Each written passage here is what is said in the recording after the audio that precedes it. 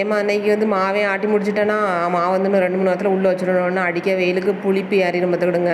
அதுக்கப்புறம் பார்த்தீங்கன்னா அன்றைக்கி ரேஷன் கடைக்கு போயிட்டு வந்தாச்சு. இந்த ரேஷன் கடையில் எக்ஸ்ட்ரா 2 பொருள் வாங்க அப்படின்னு சொன்னாவ.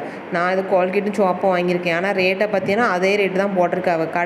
இப்போ கடையிலையும் அதே ரேட்டு தான் விற்கி. அப்போது ரேஷன் கடையில் வாங்குறதுக்கும் அதுக்கும் வித்தியாசம் இருக்கணும்ல. ரேஷன் கடையில் ஒரு 2 3 ரூபா ஒரு 5 ரூபா வரைக்கும் குறைச்சி தரலாம்லான்னு இது அதே ரேட்டை தான் தராவ. ஆனால் வாங்குங்க அப்புறம் என்ன செய்ய வாங்கியாச்சு.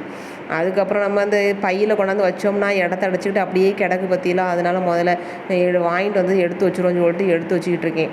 இந்த பருப்பை வந்து லைட்டாக கடாயில் போட்டு சூடு பண்ணி வச்சோன்னு வச்சுக்கோங்களேன். அதுக்கப்புறம் ரொம்ப நாளைக்கு புழு வைக்காமல் இருக்கும்ல. ரொம்ப நாள்லாம் கிடக்க போகிறதில்ல. 1 கிலோ பருப்பு ஒரு மாதம் தான் வரும். அதுவே பத்தாது. இருந்தாலும் சூடு பண்ணி வைப்போன்னு வைக்கேன். கோதுமையை அப்படியே கையோடு க்ளீன் பண்ணி வச்சுருவோம். ஒன்றும் குளிக்கலை. இது க்ளீன் பண்ணி வச்சுட்டு அதுக்கப்புறம் குளிச்சிக்கலாம் அப்படின்னு சொல்லிட்டு அந்த வேலையும் முடிச்சிட்ருக்கேன் பாருங்கள். இப்போ உங்கள்கிட்ட வீடியோ முடிச்சுட்டு நான் போய் க்ளீன் பண்ண போகிறேன்.